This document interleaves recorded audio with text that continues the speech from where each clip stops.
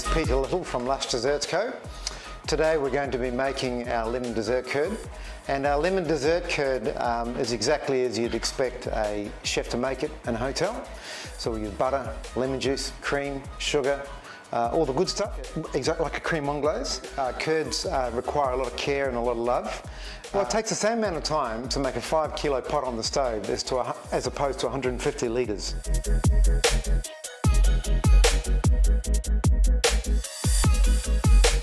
This is smart. So here a chef can focus on what he's going to do and do it very quickly, very efficiently, and he can produce literage, serious literage. So 100 years ago, this is what chefs in a Scoffier's kitchen would have used, where in 2021 we use the Metos Viking.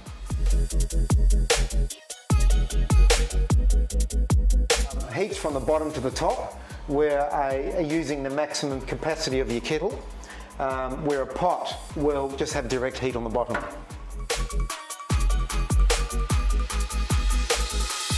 We waited for the 4G kettles to come in because they're freestanding and very easy to install. So like all good things, worth the wait.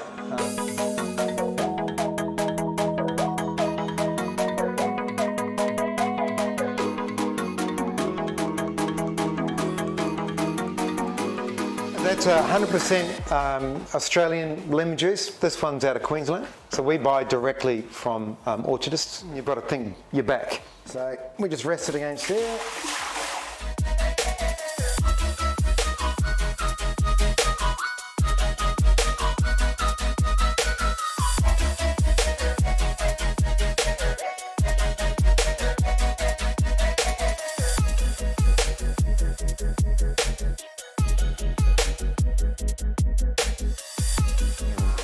So just start nice and gentle. Better for the gearing, better for the kettle. You want your kettle to last for many, many years, so treat it gently. Having mechanical sympathy with your equipment is a smart business idea.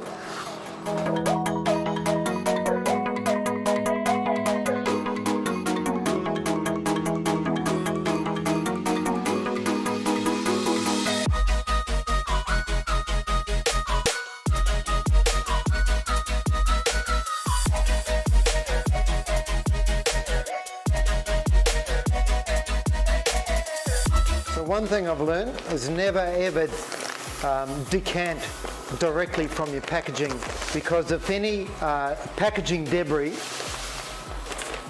falls straight into your mix, it's likely to be missed by everybody. It'll go through your machinery and someone will find a piece of plastic in your product.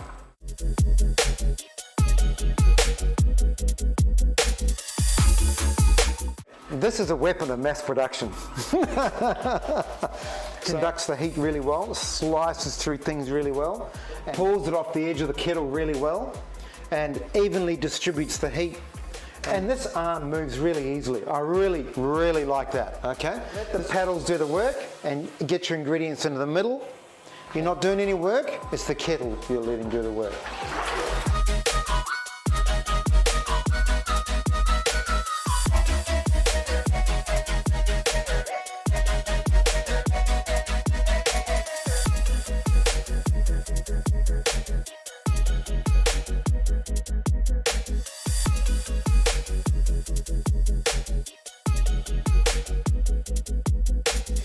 Yeah, get a little bit of pressure out.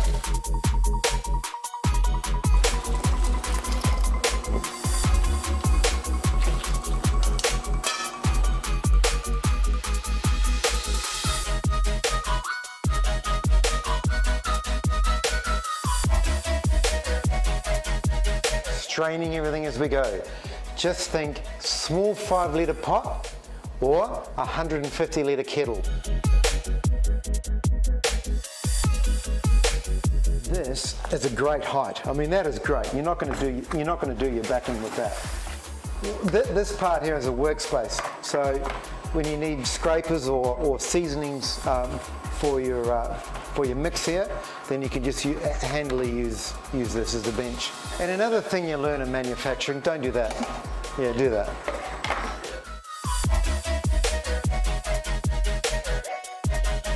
So you're not down here fiddling with controls and water and debris is landing on it. It's all here up out of the way. So this is what drove me to buy this kettle.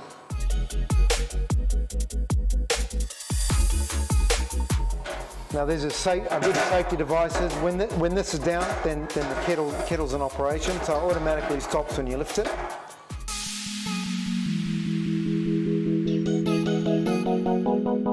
To get a good bloom out of starch, you need to be in the 90s. By straining, you make sure you get a good share of your ingredients and that you catch any debris that may or may not have been in your containers and tubs. The good thing about this, the Metos Viking, is that when you get the temperature you want, you can put it on 0 and it instantly stops cooking. And it will hold that temperature until you start adding other ingredients to it, then you'll have to start applying heat again. We're HACCP accredited, so we have to show temperatures and sign off on our temperatures. So we verify our probe thermometer that gets calibrated every 3 months. So that is also how we make sure everything's in sync and everything is calibrated.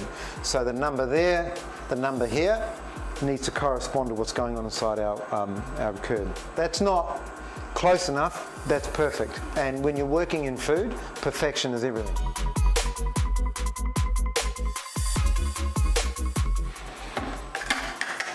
And the taps are a great idea.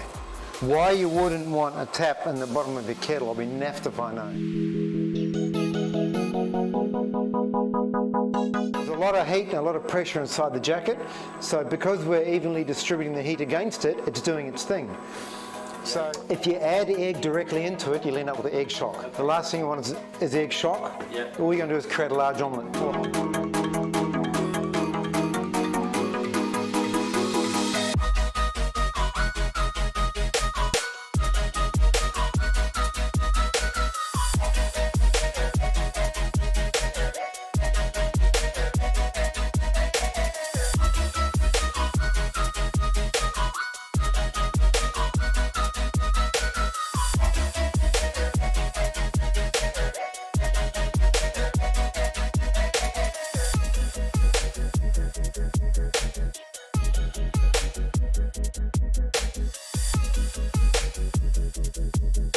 But you just slowly bring it up to temperature. So keep an eye on that.